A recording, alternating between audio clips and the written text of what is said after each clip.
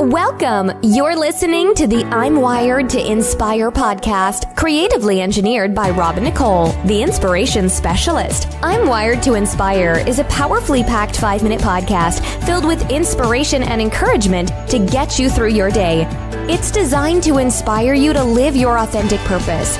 Now stay tuned for your host, Nicole, the inspiration specialist, on today's episode of I'm Wired to Inspire. Hey everyone, and thank you so much for joining me today on my podcast. I am Nicole, the inspiration specialist, and we are here once again for the 7th month of 2018, talking about the healing experience. If you are not familiar with the healing experience, it is basically 12 topics over 12 months, 5 days a week, in 1 year of healing for the entire year. So once a month, we take 5 days and we consistently talk about one topic so that we can begin the healing process. Listen, this can be daunting. It is not necessarily fun. These podcasts are not necessarily sugary sweet. It is really getting to the part the enemy does not want us to get to. He does not want us to be in our feelings. He does not want us to catch feelings. He does not want us to emote. He does not want us to have emotions. And the problem with that is feelings are meant to be felt. Emotions are meant to be emoted. And when these things are not done, or when people cut them off, it becomes very discouraging. It becomes very sad, because at the end of the day, the thing that we don't understand on a larger note is our healing and worrying and focusing, and not so much worrying, but worrying as opposed to working on healing yourself and getting down to the bottom of the things that may have created who you have become and have shaped some of your ideologies, your visions, your focuses on different things in your life. These things need to be addressed, because what we begin to find is when we operate in spaces where we are not healed, we end up creating relationships, which is what this entire week is about. We end up creating relationships and connecting with people who feed off of the thing that God does not want us to focus on. You know, and I'm going to get into that this week. And again, it's going to be some touchy subjects, but we got to get them out, because what happens once it's exposed? Once it's exposed, it can be healed. You know, once it's out, you can't put it back in. You know, once it's, you uncover it. When it comes to things like this, you can't go back and cover it. Basically, it cannot be unheard. It cannot be unsaid, and it cannot be undone. So with that, I want you guys to know that I have a book, a digital workbook for the healing experience, and it's great. I've been getting great feedback on it. And again, it's digital, so you can either print it or you can get a PDF filler and upload the book to the PDF filler, and you can just type your answers out in that if you choose to do so. Now, I know it's free if you do my smaller books. I have some the smaller workbooks on the topic. So if you hear any topic, if you go through the list, look at the link beneath, the information below this podcast. You should see it right in this the summary area underneath each show. It doesn't matter what platform you're on. We're on iTunes, Spotify, Google Play, Podbean, and multiple other streaming sites. And underneath, you will get the full list of all of the topics, and all of them are hyperlinked. The ones that we've done before, they're hyperlinked, so you can go to those and you can, catch up on those if you have not. So with that, I want you guys to understand something, that when we focus on these breakdowns and we download these things that God is going to reveal to us through this process, this is the time where you got to get going. This is where you're supposed to activate the word. The Bible says in Habakkuk chapter 2, verses 1 through 3, it talks about writing the vision and make it plain, and how the Lord is going to answer. Although it may seem like he may tarry, he's still going to come at the appointed time. So if you do not want to get the workbook, that's totally fine, but get a journal. Get one of those little Dollar Tree black and white composition notebooks if you got to, for just $1. There are tons, and I'm not gonna lie, Dollar Tree have the bomb journals and all of that stuff, really big ones and thick ones for just $1. So make sure you go in and you get something if you don't have one already. If that's not something you can do, then that's totally fine too. You may not have $1. It be like that sometimes. Use your notepad on your phone. You can have a Droid or an iPhone. You can use your text boxes on your desktops, on your laptops. There's so many ways you can do this. You can open a Word document. You can actually text message this stuff to yourself if you have to. I'm just telling you, as things come up, you want to log these things. You want to log your emotions, and also pay attention to the things that make you twinge and the things that make you say, oh, whoa, like, where did that feeling come from? I hid that, I buried that deep down and now it's coming up again. You want to be able to address these things the right way. So, guys, by the end of this year, it'll be a total of about 30 hours of dealing with our healing and our issues. And these topics range from heartbreak to mistrust, the past, abandonment, loss, and so much more. And this month, for the 7th month of 2018, guys, the topic for us is sinking ships. This is a very, very powerful topic, because what we do with this topic is we pretty much run the gamut of different types of ships. So you guys know, we're very familiar with the word ship being at the end of a word, but we also know what a ship is as well. So I pretty much connected the two. And I call this thing sinking ships, because what happens if we don't heal or if we are not equipped with having some of these ships functioning properly in our lives, we can miss the things that God is trying to send to us through these vehicles. If we do not really, really connect with the ships in our lives, they will sink. And we will lose things that God is trying to give to us so that we can add value to our journey and add value to our lives. So with that being said, this particular topic for this week is on sinking ships, and I'll just give you a quick little overview. So this entire week, we're going to start off today. Our main topic today is relationships. And the two types of relationships we're going to talk about are mentorships and friendships. Okay. And that is something that we're going to focus on for today. But let me give you a quick run for the week. Tomorrow, we're going to talk about kinship. Okay. Kinships. And with that, that's basically, kinships is your kinsmen, your family members, those people that you are related to. The following day, we're going to talk about memberships. All right. This is about cliques and squads and being connecting to people. And in the off, we're gonna branch off under memberships with entrepreneurship and flagships, and we're gonna get into how many of us have been in situations where we have been stalled in our lives because we have been a part of quote unquote certain cliques, certain situations, so to speak, and we've put ourselves in these scenarios, not realizing that God is saying, hey, listen, I need you to be a member of my team, as opposed to trying to be members and clicking up with different people in situations, and is not necessarily the will of God for your life, especially in the wrong season. There will be many times where membership is key and God will want you to connect and link up with people. But at the same time, there is a season for everything. Every season will come under God's anointed and divine time.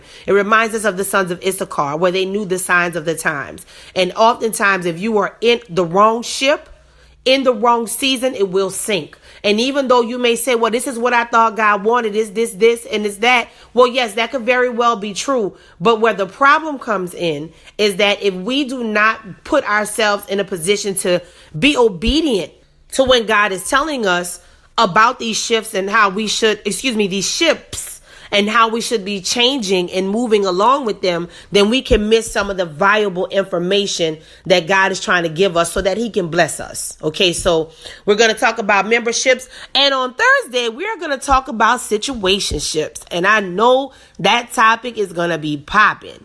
Okay, so definitely check out that day, because I'm going to tell you, with the social media world and all of these things, I was in a situationship, and I'm going to tell you all about it. I'm finally ready to talk about it. I want to be transparent about it, because I don't want other people to continue to get hurt, to continue to be fooled, to continue to be bamboozled. And y'all, that's why I tell y'all all the time in the Bible, it talks about how none of us are exempt.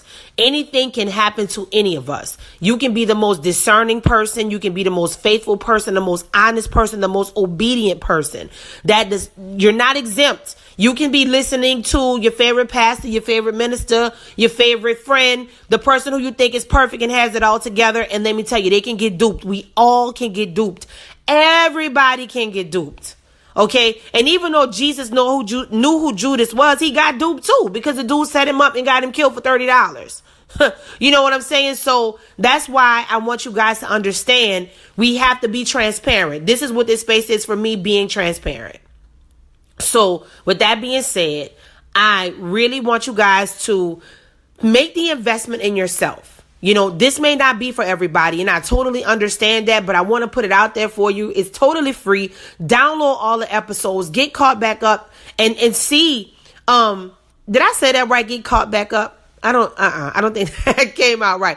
Get caught up with everything that we've done so far. I'll say it like that. You know how sometimes you say something, you're like, that didn't really make a whole lot of sense. I don't think it didn't sound right. So I had to kind of get that together. Anyway, like I was saying, I want you guys to really be on point, and I want you to pay attention to the things that God is trying to show you in this season and this hour. And at the end of the week, we do a dope recap, and we kind of revisit everything, and we add a couple of new joints in there too, so that we can move with the process of healing and really begin to work it out. Because here's the thing, guys, even with how this thing is set up, I want you to start thinking right now, even as we just kind of getting into the first day of this thing, I want you to start thinking about the ships in your life that are most important to you. Okay. And since today is about mentorship and friendship, I want you to really think about your mentors in your life, if you have any, because some of you may not, and I'm going to talk about that. And friendships. We all should have at least one friend. That's another thing. If you don't have at least one friend, that's a red flag. And we definitely want to talk about that as well, too. Okay. So without further ado, the scripture that we have for this week is Romans chapter 8, verses 16 through 17. Now, whenever I do these, I always have a scripture for the week. And that is because we want to be able to have something to stand on and to really understand how we can see God move in the healing process for us, so that we don't feel like we have to do it by ourselves. Because in this process, there are going to be things that you will feel offended. Things will come back to mind. God will even reveal to you where you've done some wrong things. You didn't do right by people. And this is what this is for, though, because you want a clean slate. And then you want to be able to have the strength and the faith. You know, because y'all, faith, it doesn't make things easy. It just makes them possible. And that's in the book of Luke, and that's chapter 1, verse 37.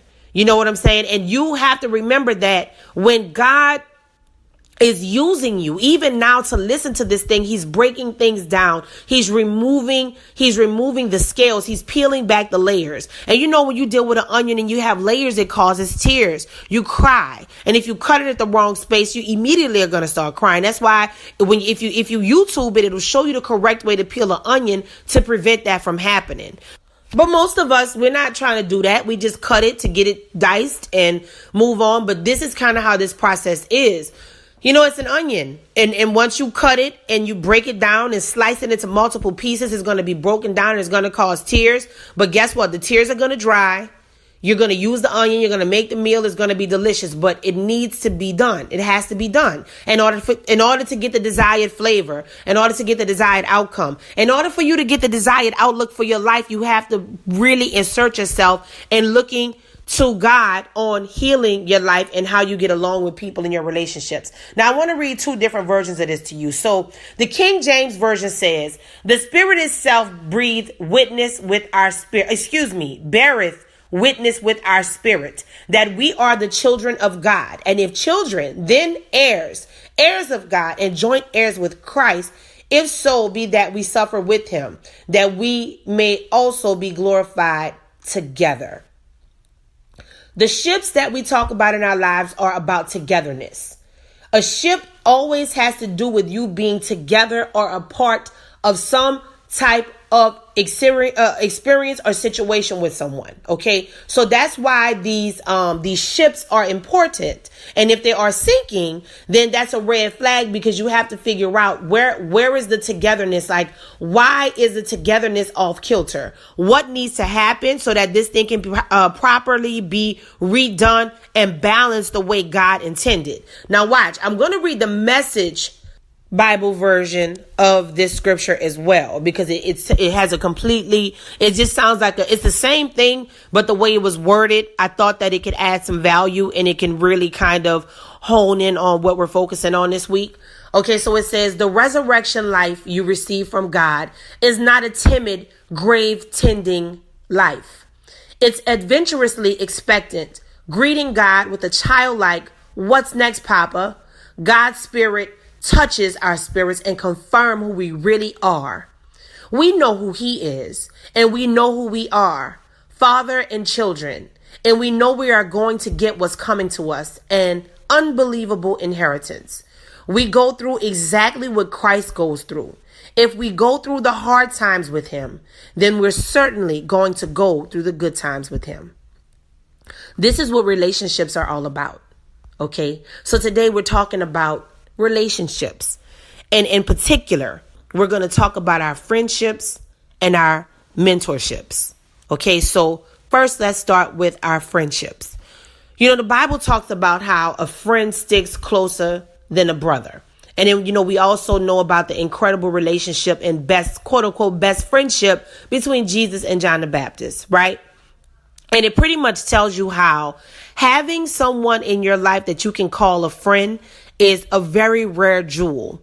You know, and it's interesting because I had a conversation recently with my little niece, and I was explaining to her, you know, about the dynamics of friends, right? And she was just saying how, you know, I have, you know, so many people, I'm cool with so many people and my friends, and they're upperclassmen and lowerclassmen, all of this stuff or whatever. And I'm like, oh, okay. So she was basically saying she was cool with all of these people at all grade levels. It didn't matter how old she was, which is a very interesting conversation. And she started talking about, she said all of these people were her friends. And I said, whoa, like all of these people are your friends? She's like, yeah, T-Roll, all of them are my friends. I said, okay, so let's have a conversation. Let's talk about something. I said, what's your favorite car? Like, if you could get your all-time favorite car, what would it be? And she said, a Lamborghini. And I was like, okay, dope, a Lamborghini. Perfect. I said, okay, so how hard is it to get oh, no, I didn't say how hard it is. I said, can you get a Lamborghini right now? She was like, I mean, I can't drive yet, but no, I mean, I don't have money for a Lamborghini. I said, okay, well, let's say you were of driving age and you had like a regular little job at your, you know, you had a regular little job making money. Could you get your Lamborghini? Then she was like, no way. She's like, I would have to work really, really hard, you know, to have a Lamborghini because they're super duper expensive. I mean, that's out of my pay grade, you know, so we're laughing. And I said, okay, so hold that thought on a Lamborghini. I said, so, are you familiar with skateboards and skates? And I knew she was, but, you know, I'm just, you know, benefit of the doubt, just giving her the whole breakdown so that she can understand the comparison between the two. And she was like, yeah. I said, so let me ask you something. Could you go and get a pair of roller skates now or a skateboard? She was like, yeah, I have enough money to get that myself right now. I was like, great. I said, so let me explain something to you. Friends are like Lamborghinis. Associates are like your skates, getting a pair of skates or your skateboard. Okay? It's very easy to get, very easy to attain, but it's very easy to damage, and it's very easy to ruin because you can put a lot of wear and tear on it, and you can, you know, just go through it easily, and before you know it, you have to get it. You can get it. You would have to get a brand new one. Right? She was like, wow. I said, so of all of the like 10 people you just mentioned, maybe one, I said one, maybe two is a Lamborghini. Just maybe. Everybody else, your skates and your skateboards and all of that, that's like associates. Those are people you're cool with. That could be, you know, like we say, your partner. You know, we say that in New Orleans, your partner on my round. That's what we call friends out here. So it's, you know, she really had a interesting perspective. And so we talked about it again like a couple months later. And she came to me. She was like, T-Roll, you know, we talked about this in class today. And she said some of her girlfriends were talking and she was explaining to them the definition, you know, the way I explained it to her about the Lamborghini and the skates and the skateboard. And she was like, wow. She said, I was explaining this to my friends and they were like, wow, you know what? I think I may be calling some people friends who are not really my friends. And I was so pleased by that. I was so excited because it just goes to show you that it's what you're taught and what you learn over time that helps you to understand the levels of friendship and the levels of what that may look like for you. I have had some incredible friends in my life, and I have been fortunate to say I have people in my life that have been in my life since I was a girl. I have friends from 3 years old, like my first friends, my first pals. Some of them are still in my life, and I mean actively in my life. And I know that as I've gotten older, done traveling all over the world and all over the nation, doing different things at different seasons in my life, I have come across people and that is foreign to them. They've never experienced that. So I want you to start thinking about some of your deepest, closest friendships. Okay. And I want you to think about, write this down in your journal, write this down in your notes or whatever you're using. What makes you a good friend? What causes your relationship to stay afloat versus sinking? What is that for you? Okay. And we're going somewhere with this. This is important. I want you to write those things down, right? Now, once you do that, I want you to think about the times in those friendships when things got rocky, if ever. Some people never had like real rocky moments in their friendships, and that's a blessing too. They just get along that well all the time. But if you have had some discouraging moments in your friendships, I want you to think about it. And I want you to write down why things got the way they got. Now, let me explain something to you. This is not to bring up old stuff or to reopen a wound that has been healed. But what this is doing is giving you the breakdown that we tend to forget about. The reason why healing is so important in our friendships, even when they're healthy friendships, is because what we will find is, especially if we're friends for someone for a long time, a lot of times we go through different changes in life. And let's say this is a friend, those friends that we absolutely love. We can talk to them one time a year and it's like we never missed a beat. Oh, those are some of my favorite friendships, right? When let's just say you have that, right? And what'll happen is you will get into a space where you've done a lot of growth, a lot of changing, and maybe they still know the old you. Maybe they know the old club you, or they know the old, maybe you look different. Maybe you've lost a lot of weight or gained a lot of weight, or maybe you're just at a different space in your life. And when they're talking to you and conversing with you, they're still referring to you and speaking to you in language, conversation. Even some of their conversation pieces and references are based on who you used to be. And I'm learning too, as I grow older, sometimes that draws a wedge in friendships as well, like long-standing friendships, because sometimes people do not know how to unknow you. They do not know how to reboot. They do not know how to receive a new download about you because they still think you are that same person that you used to be. And you hear discouraging things like once of this, always of this. And what you have to understand is, even in friendships, you're going to get to a certain crossroads where you're going to have to stand up for yourself and take up for yourself. And this is where the sinking part comes in. Sometimes God will allow a friendship to sink because you may be trying to get the person on the level that you're on. You may be trying to say, hey, listen, this is who we were 10 years ago. I'm not that girl anymore. Like, stop it. Stop referring to how I used to date. Stop referring to who I used to be cool with. Just stop it. Stop repeating something I said 20, 30 years ago, 5, 6 years ago. And that's not my narrative anymore. And every time you put it back in the atmosphere, you try to put it on me again. And I got to get that off of me yet again. And I think sometimes people don't understand how offensive, how deeply hurtful and offensive that can be.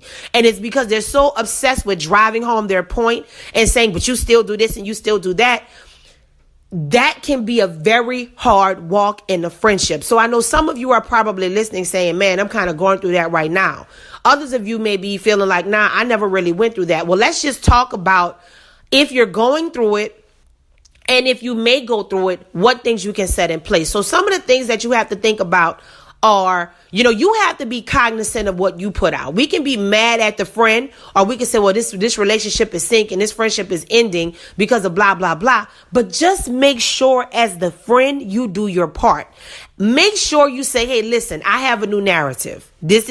I don't receive that about myself. I totally embrace that was who I once was. I'm not ashamed of who I was. You may be ashamed. And if you are, I'm sure there's one of the topics this year where we talk about the past actually. And if you do feel like you're ashamed of your past or some things and how you used to be, then I would encourage you to go and listen to the healing experience for that week where we talked about the past, so that you can get through that too. Because the goal and the end game here, guys, is that we literally just don't have anything that's keeping us from growing and prospering and being in a healthy space. So you want to may even address that as well. So anyway, if you guys are feeling like, okay, I feel like they don't get me, make sure, number one, you are vocal and honest about who you have now become. Okay. And also give the disclaimer. I hear what you're saying, sis. I hear what you're saying, bro, because this is what their rebuttal may be. But you still doing that. You still saying the same thing you said 20 years ago. This is what I want you to say. You let them know, hey, listen, I'm a work in progress.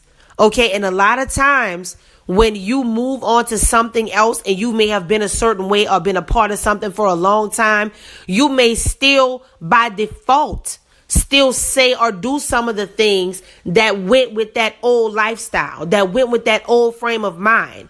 And that person can see you do that and they can say, oh, well, I'm not convinced you've changed. Well, this is where you have to stick up for yourself. And this is also where you are your own accountability. And you have to say, hey, listen, again, this is not my narrative. And I've mentioned this before multiple times on several of my podcasts. And I'll do this quick little example again. It's like if you've been living in a certain house for 50 years, you know what I'm saying? And then you get a new house and it's across town and you come home from work and you go to your old house.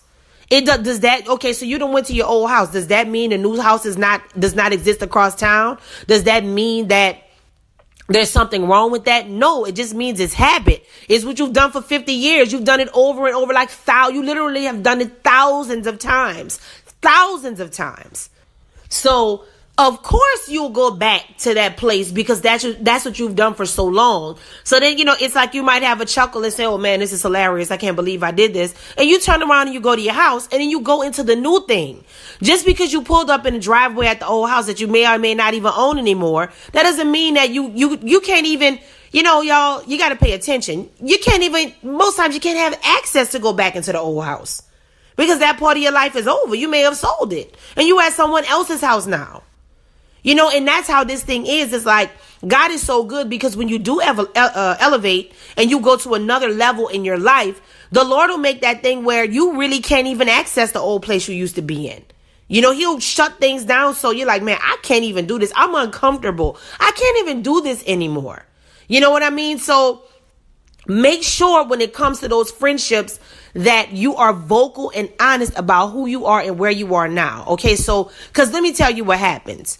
When you do that, you are either going to experience one or two things. You're going to have a friend that says, you know what, bro? You know what, sis? I appreciate you telling me that. Listen, it may take a little time, and y'all, here's a little footnote too. They may not even have the wherewithal to say, I'm sorry, or it may take a little time. They may not say that, but just give them that grace. We serve a God that's gracious and merciful to us. So just give them that grace, especially if you've been friends with them for a long time. They got some skin in the game with you already. So you don't have to just cut it off. Well, they not treat me right. Oh, no. Over time, if it's being chipped away, and that may just be the straw that breaks the camel's back, you say, you know what? This friendship ain't been doing right for years now. This is probably it because you really don't get me. You really don't understand who I am. You're judgy because this is what happens. When friendships begin to sink, it becomes judgy. People get judgy. They get persnickety and they get wasn't that a cute little word? I like that little word. Y'all know I'm a wordsmith. I'll throw in a little funny word every now and again.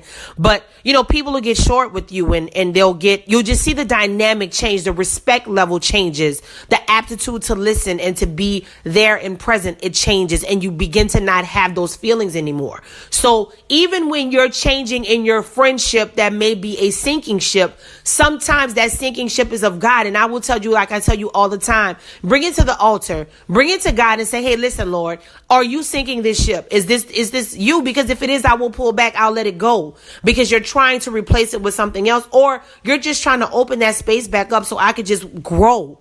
And maybe God may not put another friend in that spot. Sometimes God removes a certain friend and that's it. He wants you to be his friend on a deeper level so you can go higher in him. And then he may bring another person that's similar. But sometimes that person's season is over. And sometimes a sinking ship, a sinking friendship is the best thing that could have happened to you, because then it causes you to heal. Because I'm going to tell you what happens when that friendship sinks. Then you have to go inward. Because most people start blaming other people. I'm going to tell you something that I've experienced that multiple times over the past few years. And honestly, a lot when I started healing, because y'all, let me tell you what I realized. A lot of the friendships I was in, or quote unquote, associationships, or people I thought I was cool with, or they had my back. I attracted a lot of those people from an unhealed place. So even though I can say, Romans 8:28, the Lord makes all things work together for the good, for those who love him according to his purpose. Yes, I think a lot of those things were counterfeit relationships, but I don't think they were wasted, because even though the enemy used the fact that I was unhealed and I was hurt and I was attracting things that were not adding value to my life, I was saying a person was a friend. And I know for one guy friend, it's like I really went above and beyond. I did everything God told me to do. I listened clearly concerning him to, and gave him the information and, all of the things that the Lord told me to do in the position he had me in. And he still ended up, he was fraudulently acting like he was a great person and appreciated. And it was all of these things. But he ended up being just the person I did not expect him to be, and although I still don't know to this day what that was about and why that happened the way that it did, but I just don't even have any respect for him anymore. Like, I just don't. I mean, I'm cordial, but I don't really have a lot of respect for him. And that happens a lot of times. And even with that, I had a friend even tell me, she's like, you know what? You got to work on that, because you don't even want to look at him like that. You don't want to even look at him like you don't have respect for him anymore. You really just want to just be like, okay, it is what it is. That part of my life is over. And